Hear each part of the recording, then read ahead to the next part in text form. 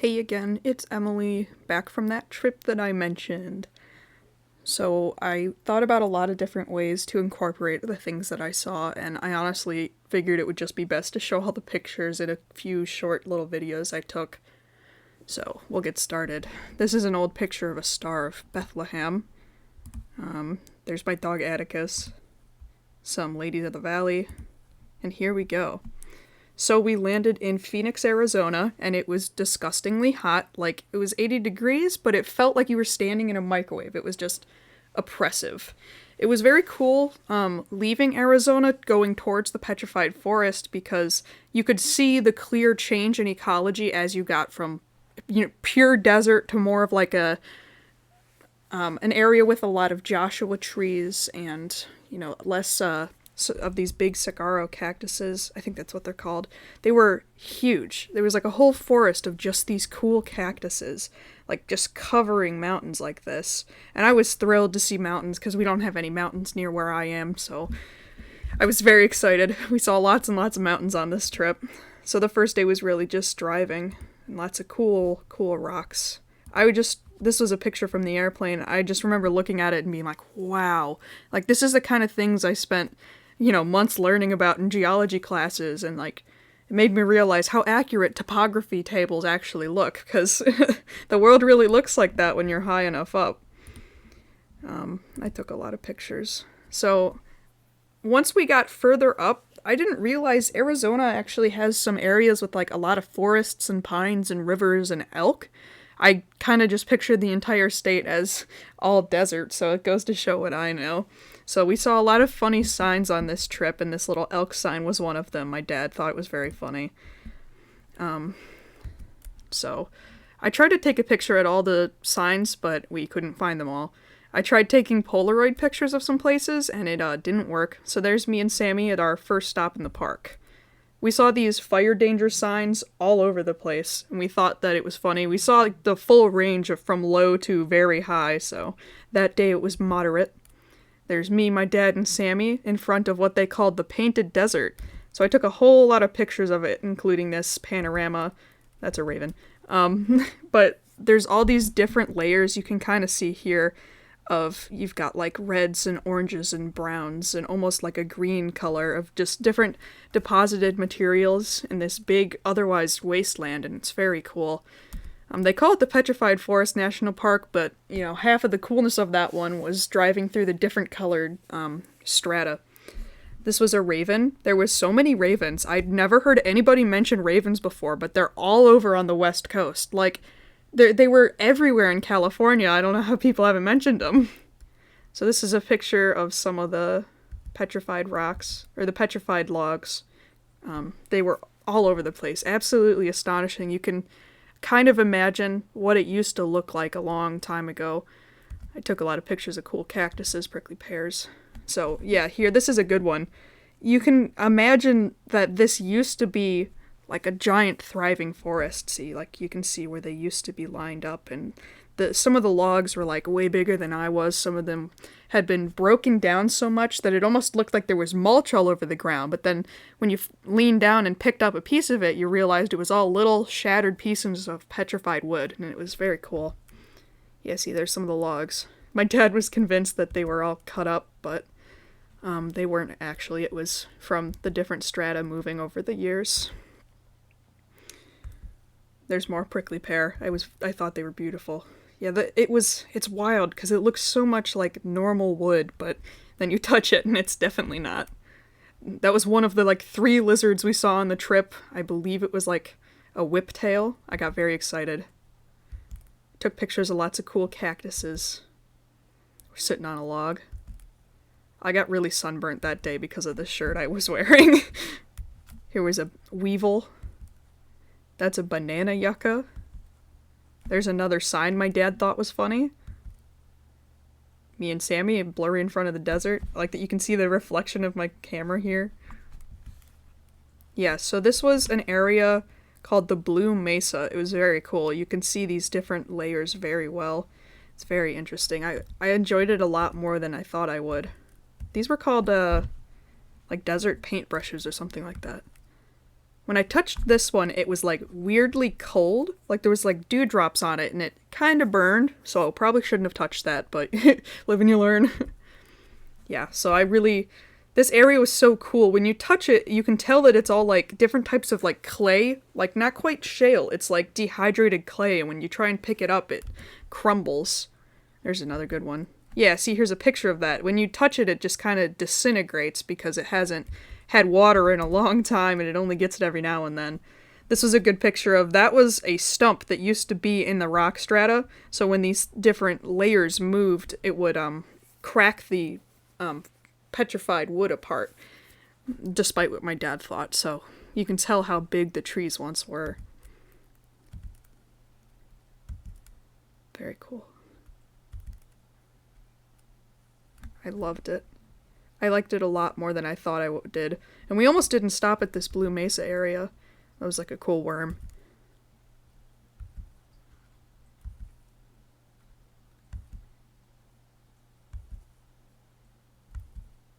Oh, that was a dust devil. I really liked those. Alright, so this got into the Grand Canyon, and honestly, still even looking at these pictures, you just... wow. It was wild. We decided, the first day we stopped by and just looked at the main overlook. I really like this sign here that said, "You are loved." Like if somebody was thinking about things they shouldn't, you know, I liked that. But we decided to go down the South Kaibab Trail. And while we were walking over there, it was only supposed to be about, like, I think we planned on doing like a mile and a half out, a mile and a half back. Well, we were taking the tram over there to get to the trailhead. We, there's a picture, I'll get a video, I'll get that in a second. We talked to this dude and his two other girls that he was traveling with. They was probably around our age, so like a similar situation of, you know, dad, his daughter, and daughter's friend. And they're like, "Oh yeah, we're gonna hike the entire way to Bright Angel Trail." And we're like, "Oh, okay." And they're like, "Yeah, it's like 13 miles, but it's better because you don't have to like go up these steep switchbacks that you went down when you started the South Kaibab." And we're like, "Oh, that doesn't sound that bad." So we only brought enough water to go like probably what we intended, like the original 3 miles. Well, I don't know, maybe it's because it was early in the trip, we were feeling good, we got out there really early and we were walking in the shade for the first, like, hour or two, and we decided to keep going, and then we got, like, 3 miles out, and this is all downhill, mind you, so all of our knees are killing us. We get 3 miles out, and then we do another half a mile, and then we meet the guy who has mules, because they take, like, mule trips down there for the people that want to hike but still want to go down. And he's like, we're like, "Oh, you know, how much further? Is there a place to get water anywhere?" And he's like, "You need to turn around." Because at this point, it's 10:30, it's almost the heat of the day, we're almost entirely out of water, and we still have to walk back like 5 miles uphill. So, needless to say, it was very rough. We had to call a ranger and get water and like Pedialyte from strangers and another park employee. My dad almost passed out. Sammy had to we had to stop for like an hour so they could like nap so we can make it all the way up. It wasn't good. I was doing okay, but you know. So probably won't do that again with other people. I'd do it again, but you know, just bring more water. So that was and then for the rest of the trip, Sammy bitched about, "Oh, you almost killed me in the Grand Canyon." Yeah, shut up, whatever. So here's the first of a few videos I took. It was very windy.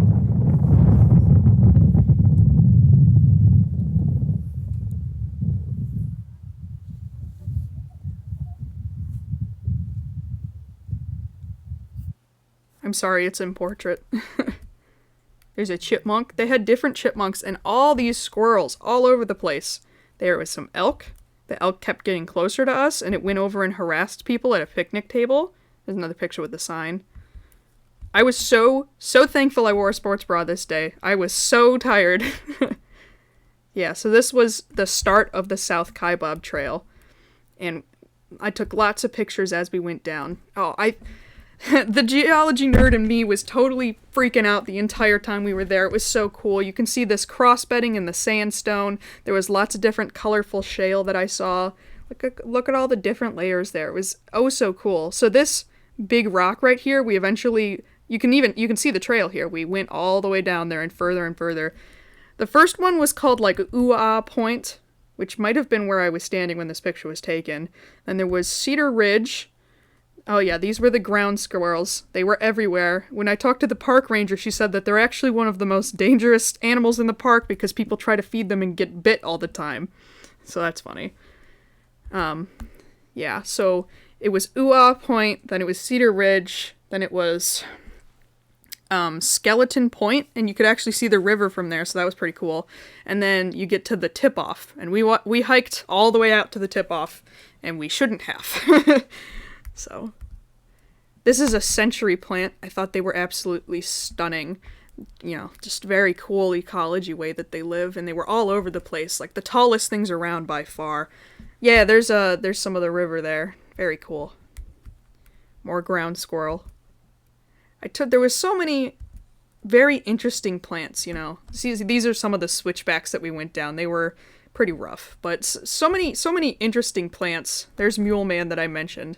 There's some prickly pears, all these different bushes, and there's yuccas and different cactuses and century plants, and it's very interesting to see how things are able to not only live but thrive in such a harsh environment.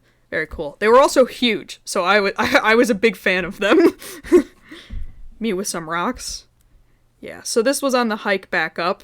Sammy and my dad were not feeling good, but I was still taking pictures because right up there was Cedar Ridge, where you could see out. So all these trees here were junipers. They were some of the only real, like, trees to survive. Ah, so that's that big the big buttle I circled earlier. Oh, so Sammy and I decided to come back the night after we hiked the South Kaibab because we were like, oh, it's a dark sky park, let's go look. So it was very hard to get a picture of it, but it was like a whole different sky. It was like something I've never seen anything like it, and I probably never will again until I go back. But so I tried my best here to get a picture of the Big Dipper. So I thought that was pretty cool. Like it was a different time of year, and it's just a totally different sky than what you see here in Ohio. And, you know, it was just standing in the parking lot of the main visitor center for the Grand Canyon, just staring up until our necks hurt. It was really cool. We were dead tired, but it was totally worth it. So this was when we were leaving the next day. My dad thought it was funny that they had an actual figure for Smokey the Bear, so we got a picture with it. Yeah. So during our third day, when we were traveling, we went to Hermit's Rest on a train, or the little tram, that third day. I got a shirt at the Petrified Forest. It was very cool. You could see the river from this area. I really liked it. It was absolutely breathtaking. Like, these pictures are amazing and everything, but it'll be something I won't forget for a long time, and I absolutely look forward to going back. So we traveled a bunch, and it was, again, really wild to see how different things looked just going out of Arizona and into California. So this was in Sequoia National Park and Kings Canyon, and holy crap, these trees blew my freaking mind. We saw both the sequoias and the redwoods, and they were both amazing, but something about the sheer volume of the sequoias was just wild. Like, look at that. You can see the little pine cones on the ground. Like, something that turns into that, and it gets so big. It was so cool, and I had a couple of moments where I just, like, sat there with my hand on the bark, staring at it. Like, this thing it's outlived any human to ever exist, and it'll continue to outlive them.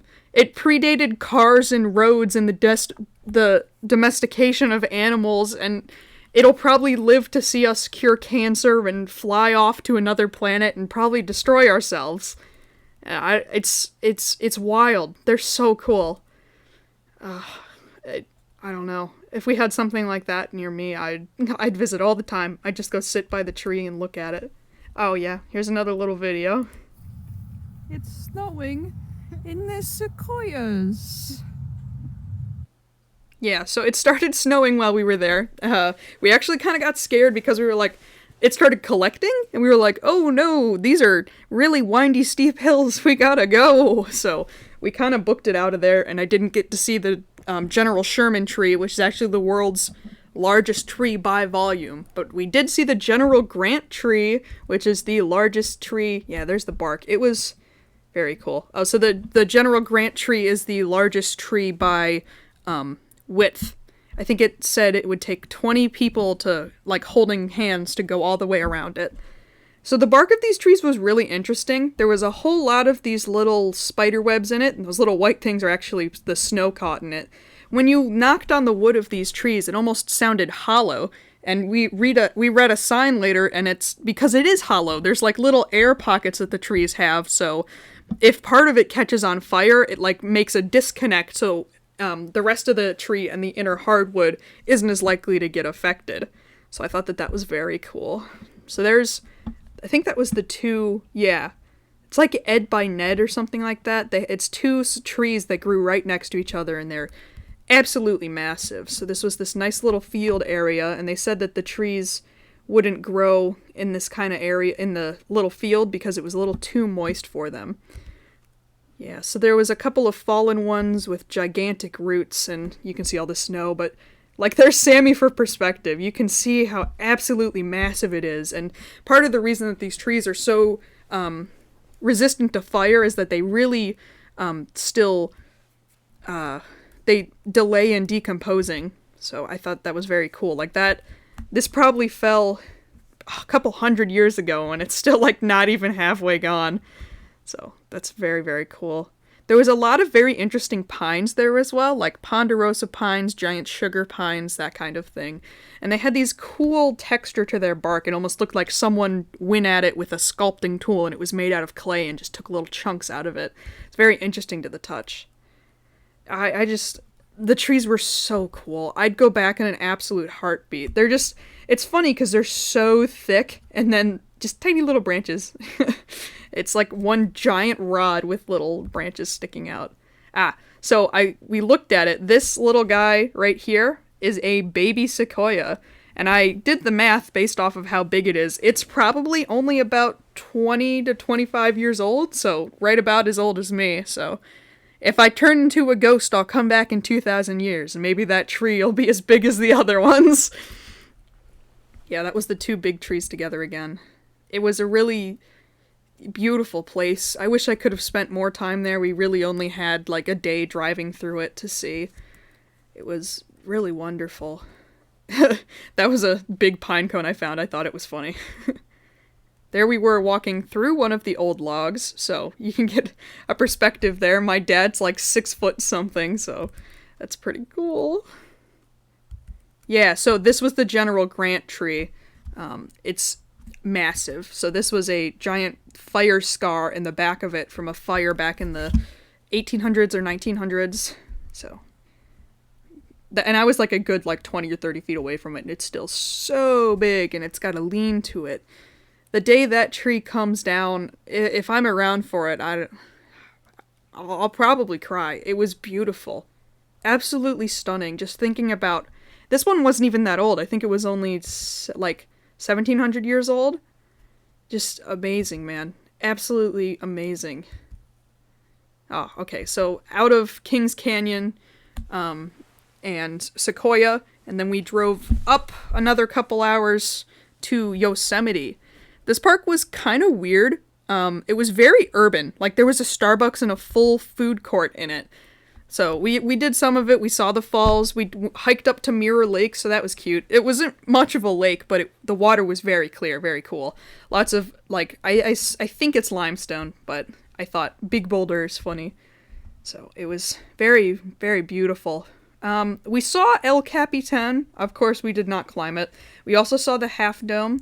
I'm pretty sure most of the big peaks are the Half Dome or something like that.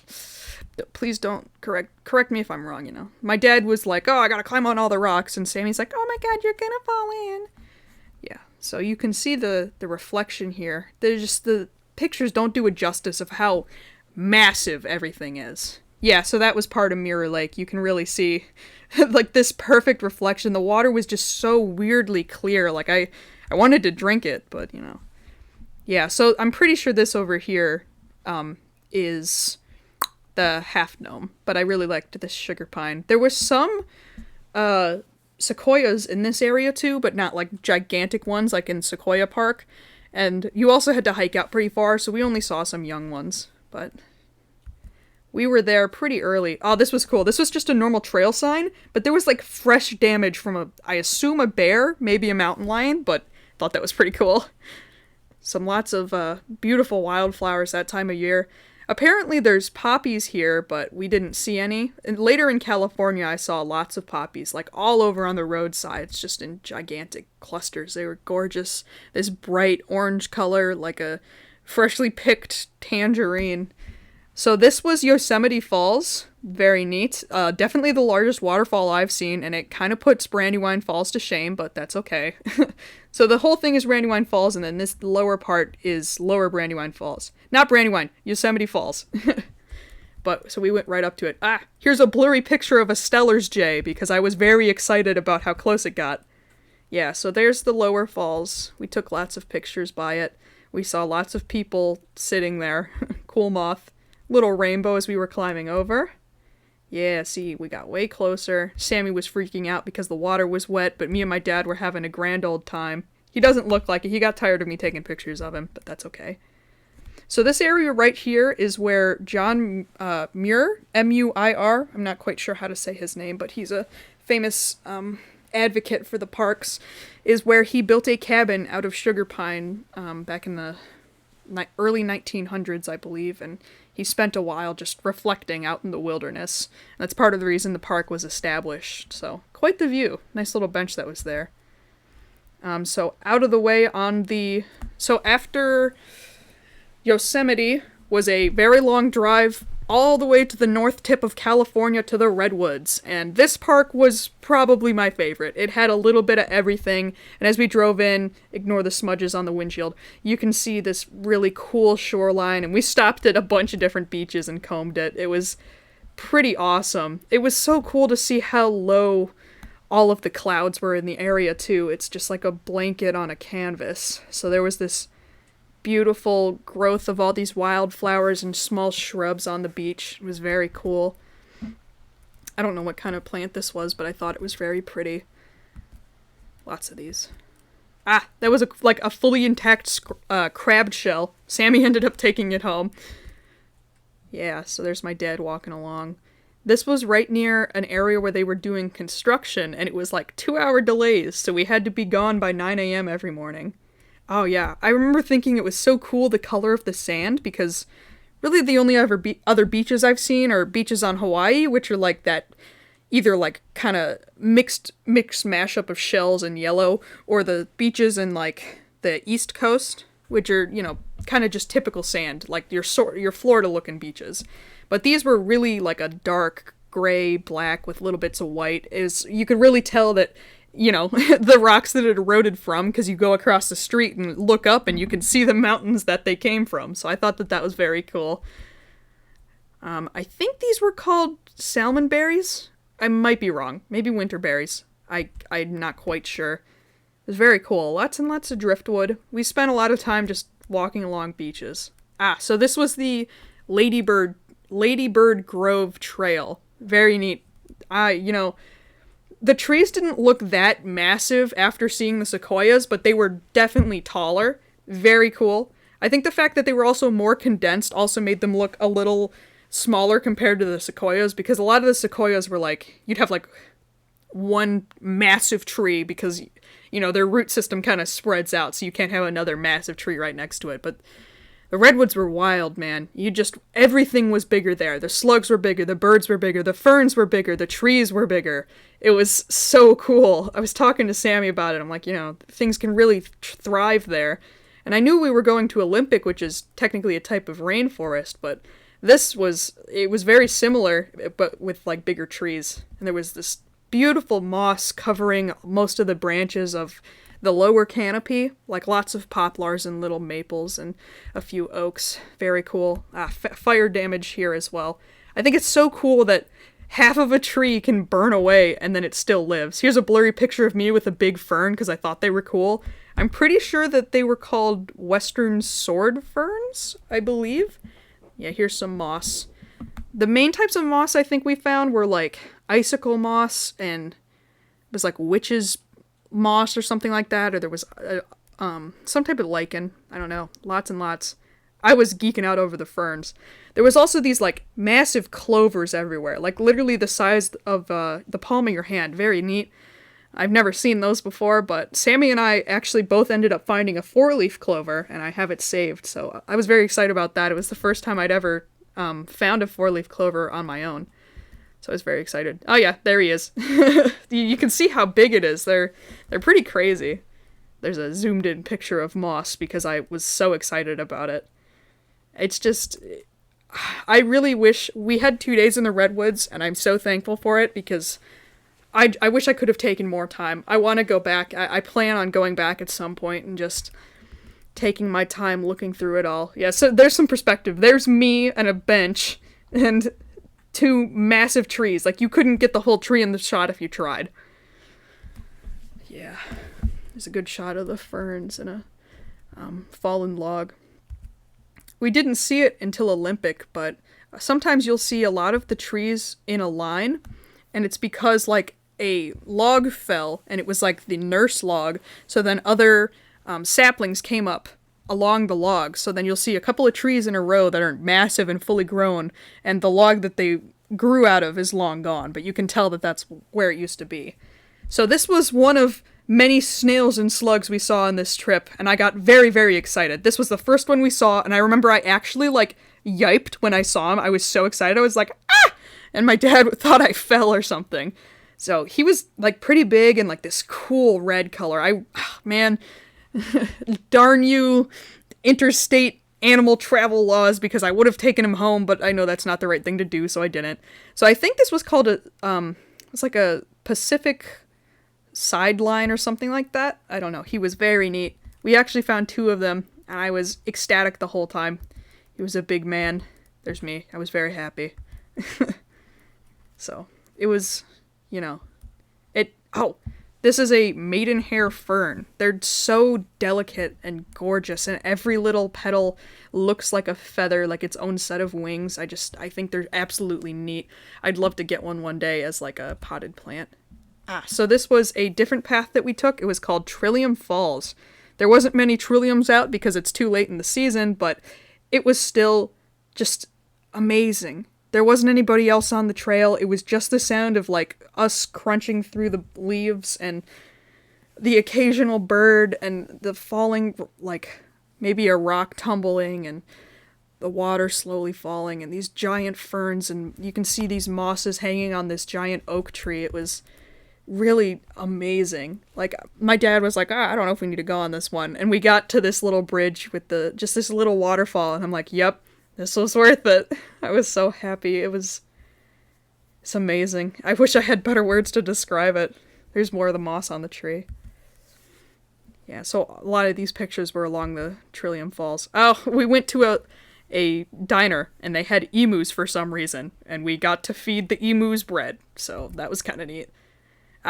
So after that first day in the redwoods, we went up to a place called Crescent City, which was like a half an hour to the north, and there was a harbor, and there was tide pools you could look around in, so we had a lot of fun looking in the tide pools. There's this little crab right here. We're pretty sure that they were all Dungeness crabs. There's a second little guy here, but that was very cool. Tons and tons of these little snails. And there was actually lots of hermit crabs, too, that were in, like, old snail shells. So I thought that was very cool. And anemones. Lots of anemones. Barnacle. I think it's an acorn barnacle. It's very picturesque out there. Wild iris.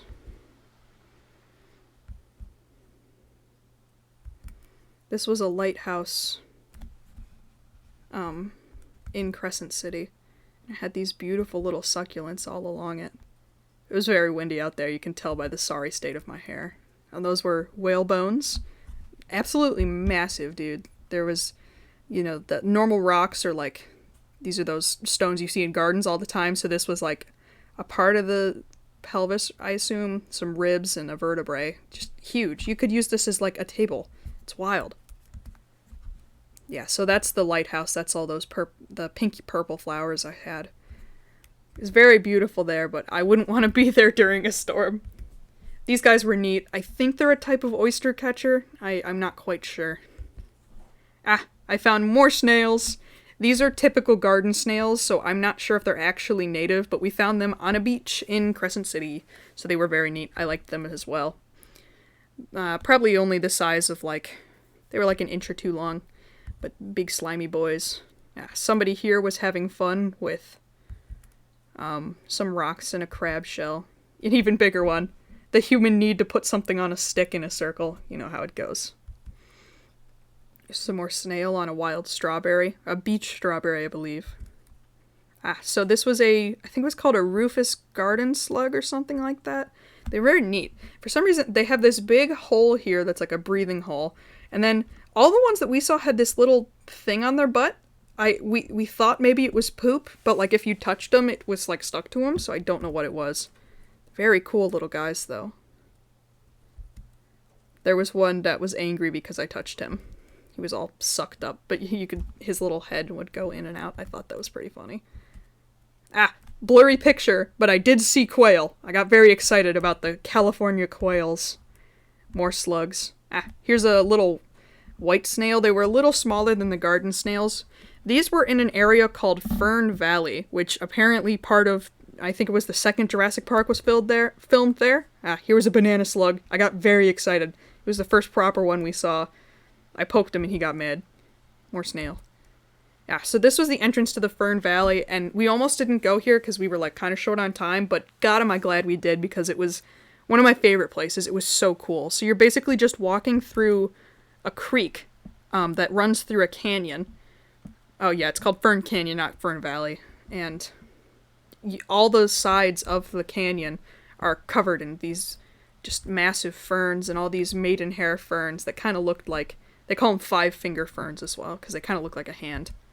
So it was just amazing. So there's me for perspective, and there was all these wooden boards that go through the creek, and Sammy ate shit in one of them and got her whole leg soaked, so that was pretty funny. Yeah, there's a nice close-up picture of a maidenhair. You can kind of see they're almost like transparent. They're so thin, they're so fragile and beautiful, honestly. One of my favorite ferns by far. Yeah, that's a good one. It was just so cool. The only problem was there was a lot of people, but what are you gonna do? It's just because there's birds and everything. God, the smell. Oh my God, the smell. It was like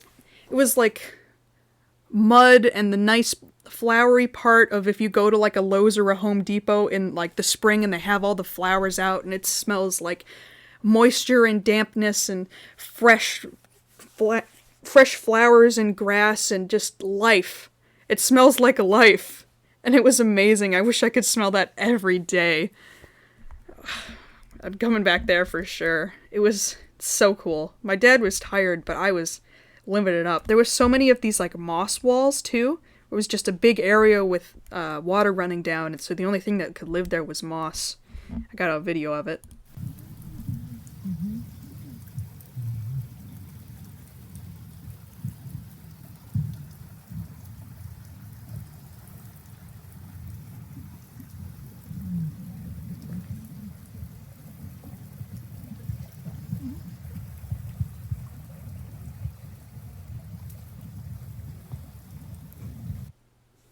Yeah, I really, really liked it. It was like a soft trickle with just covered in moss.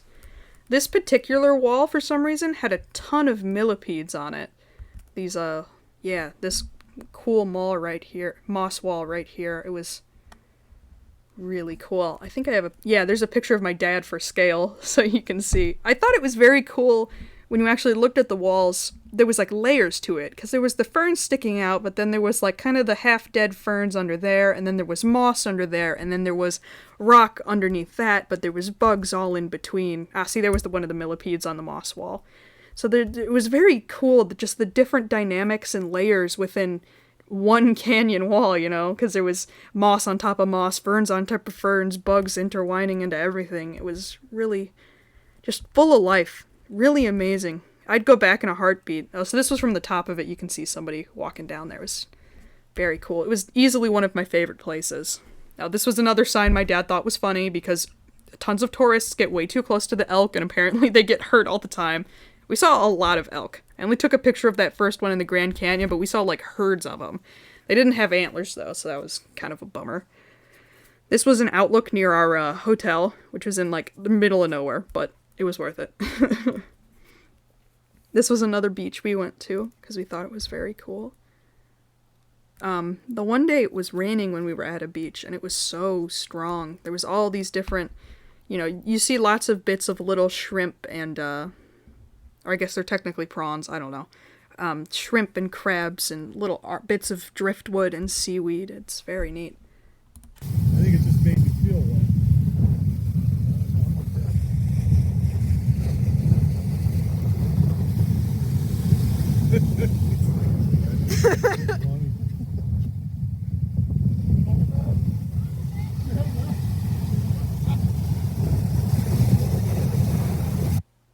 So he was laughing because as we were walking along this beach, I was wearing, like sandals as you could see, but him and Sammy were wearing boots.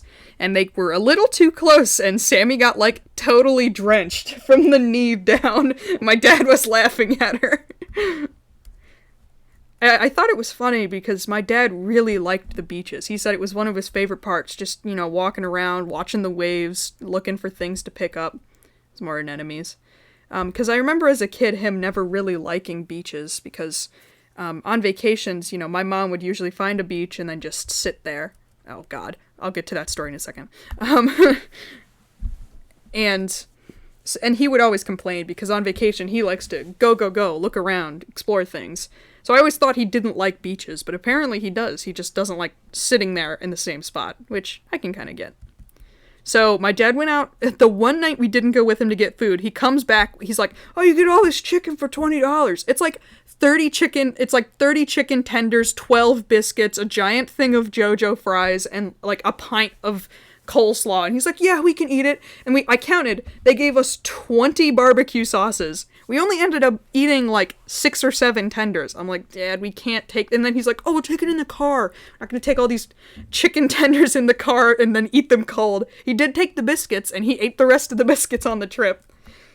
So after the Redwoods, we drove up all the way through Oregon and stopped at Crater Lake. We were only there for like maybe an hour just looking around, but it was still very cool. And like even, we were there at like the end of May, and there was still like 5 feet of snow stacked up in the banks. Like, does it ever reach summer here? Like, we weren't able to drive around the whole rim because it was still in, like, winter mode. Like, you couldn't get across unless you had, like, a snowmobile or you were, like, cross-country skiing. But Crater Lake, very cool. It's in the caldera of a, you know, dead volcano. And it was so deep, and you can see here, like, parts of it were still frozen. And you can see this reflection. Like, it doesn't... This was one of the many things where me and Sammy were like, it doesn't look real. It looks like something that they make fake in, like, Disney World. But it's real.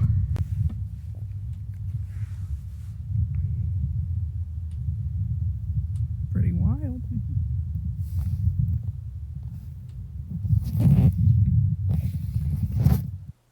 There's my ugly mug. Another cool sign, Avalanche Zone. We were joking because it's like, oh my god, we saw all the different disasters because we saw, you know, there was areas with drought and dust devils, and there was like all of volcanoes, there was like old volcanoes, there was avalanches, rock slides, falling rocks. We were in, most of the time we were in the Redwoods, it was said tsunami zone, and we passed through a bunch of floodplains in Arizona. And then there was an avalanche zone here, so we were like, oh, you got most of the natural disasters. We thought that was pretty funny. All you're missing is like a tornado and a locust plague or something. So this was another part in Crater Lake. These were like fossilized steam vents, it said, so that was pretty neat. So this was driving through Oregon. It was really pretty. There was, you know, all these snow-capped mountains in the distance and some cows. Unfortunately, we were driving, so it's a little blurry, but you get the idea. It was really cool. So this was in our final stop, Olympic. We actually stayed in Forks, Washington, which I didn't realize is apparently the town where they like filmed or like Twilight was set or something. A bunch of people that are into Twilight, like the book series, go there. And I didn't know. And my friend was like, how did you not know? And I'm like, I don't know. It was convenient, but you know. So unfortunately, the one day that we were in Olympic National Park, it was raining. And you know, who would have guessed that it rained in the rainforest? But it was kind of like intermittently downpouring, so we didn't stay out the whole day. And but we went through the Hall of Mosses, and it was called like the Spruce Nature Trail in the Hoh Rainforest, HOH. It's pretty cool. Unfortunately, it was kind of similar to what we saw in the Redwoods, so it wasn't as like amazing as I had originally thought. Like, it was still very, very cool, but like we just saw it like the day before in a different place. So I was still very glad we went, but it wasn't as like spectacular as I thought it would be because I'd already seen part of it. But there was so many ferns, and there was this moss. I don't know what kind it is, but it was like the biggest moss I've ever seen. Like, each little individual plant was like as big as your hand. It was very cool. And all the trees were covered in all of this moss. It was a lot of the same types as the kind we saw, but there was other different ones. It was very wet here, and it was like 40 degrees, but we were still having a good time.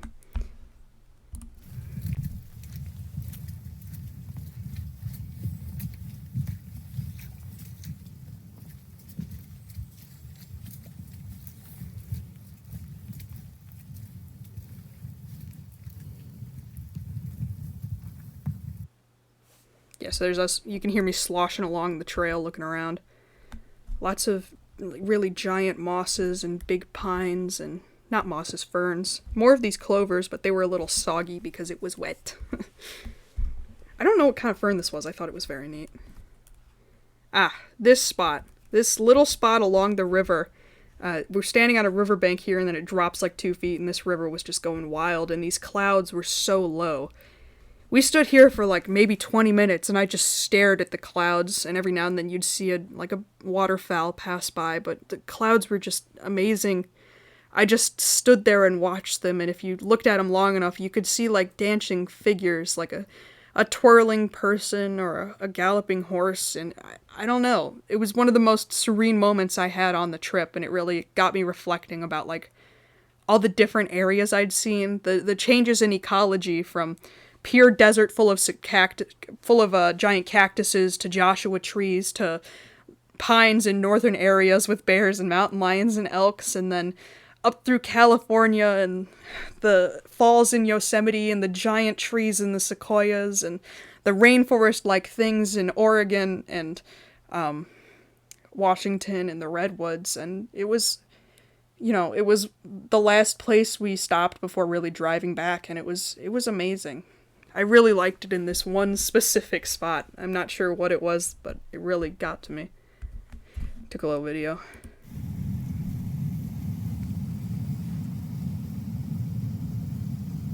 You can see how fast those low clouds were moving, twisting and turning, and you couldn't watch the same area for too long because the figure would disappear, but a new one would come, and it was amazing. Every time Sammy would talk, I would get mad. I'm like, shush, I'm trying to be serene.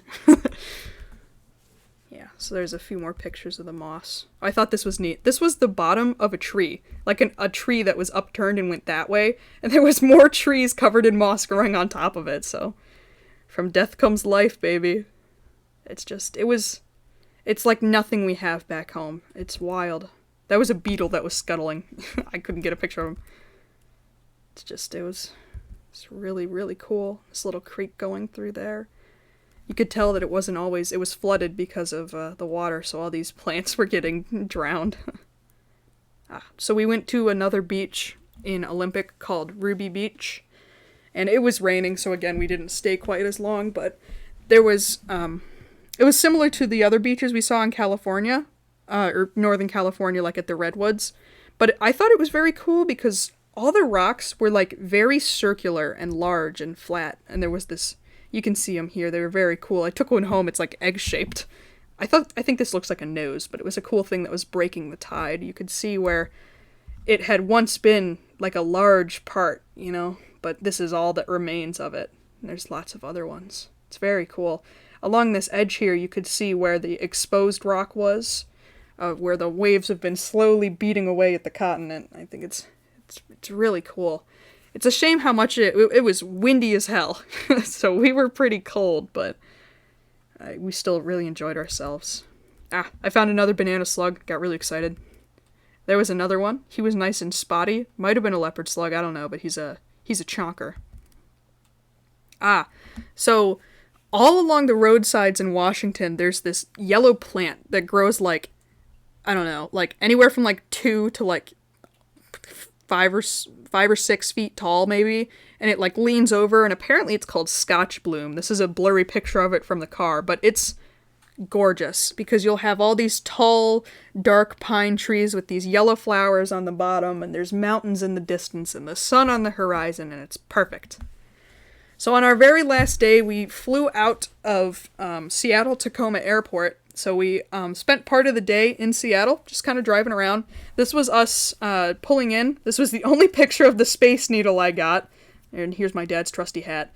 Yeah, so that's the only picture of the Space Needle I got. I thought it would be much taller, but these other skyscrapers kind of dwarfed it, so I think that's kind of funny. Right here you can see a little Ferris wheel, which was near Pier like 54, 55. We went down there. So, yeah, see, there's the same Ferris wheel. So we went to Pikes Place Market, and it was actually, like, really cool. We just went there on a whim, and I'm really glad we did. I saw the first Starbucks. The line for it was atrocious, so I didn't go in. This was the famous gum wall, but it's actually more of, like, a gum alley, because this entire alley's walls were just full of gum, and people were, like, spelling stuff with it, and it was dripping, and I watched some dude kiss the wall to put gum on it. It was great. Really gross, but great. Whoever decided to put there was, like, a couple of gumball machines just in the road before it, and I'm like, that guy's making money. So there's a nice little picture. This was the most people I'd seen in, like, a year and a half because of COVID. It was kind of wild. Yeah, so there's the first Starbucks, and a little kid popping bubbles. Yeah, there's that Ferris wheel. We didn't go on it, just took some pictures of it. So when we were flying out, I'd never been, like, none of us had ever been in, like, a real port city before, and it was wild. Like, this is only a little picture of it, but it just went on for, like, a couple of miles of just shipping containers upon containers, and there was boats, and there were ships, and there was all these cranes and massive boats that I didn't even know existed. Like, literally huge. We just thought that was wild. You can see my face here like, holy crap. Yeah, so that was our last day. I'm really glad we stopped there. I was pleasantly surprised. It was a really neat little city. Not little, but, So, this is my last picture. This was like 2 a.m. on the flight home. I thought that was really cool, because you could just barely see the sun kind of rising. This was out the airplane window. I'm pretty sure that red is there because of pollution, but it's still cool. So, yeah. Overall, I really enjoyed the trip. I won't forget it for a long time to come. And I certainly want to go back to some of the places. Like, I know I would absolutely go back to the Redwoods and the Grand Canyon in a heartbeat. Probably Sequoia, too. We drove up through almost all of California, but we didn't actually see... The only cities in Cali that we drove through were Oakland and Bakersfield, which are apparently, like, 2 of the worst cities, so take that as you will. Future Emily, if you're listening to this and you're about to go on another trip, wear sunscreen. Don't get burnt again like I did. Also, once you get past, like, Sequoia, it's gonna be cold. Bring more pants, because I only brought 1 pair of pants like an idiot, and I was wearing it for 2 weeks. I think that's about it. I'd like to thank my dad and Sammy for going with me. My dad for driving, like, the whole time, because it was a rental car in his name, and he wouldn't let me drive. I'm sorry to Robert and Val for missing your 21st and 20th birthday, and I'm sorry for my mom because you couldn't go, but I'm really glad I got to go. So, thanks.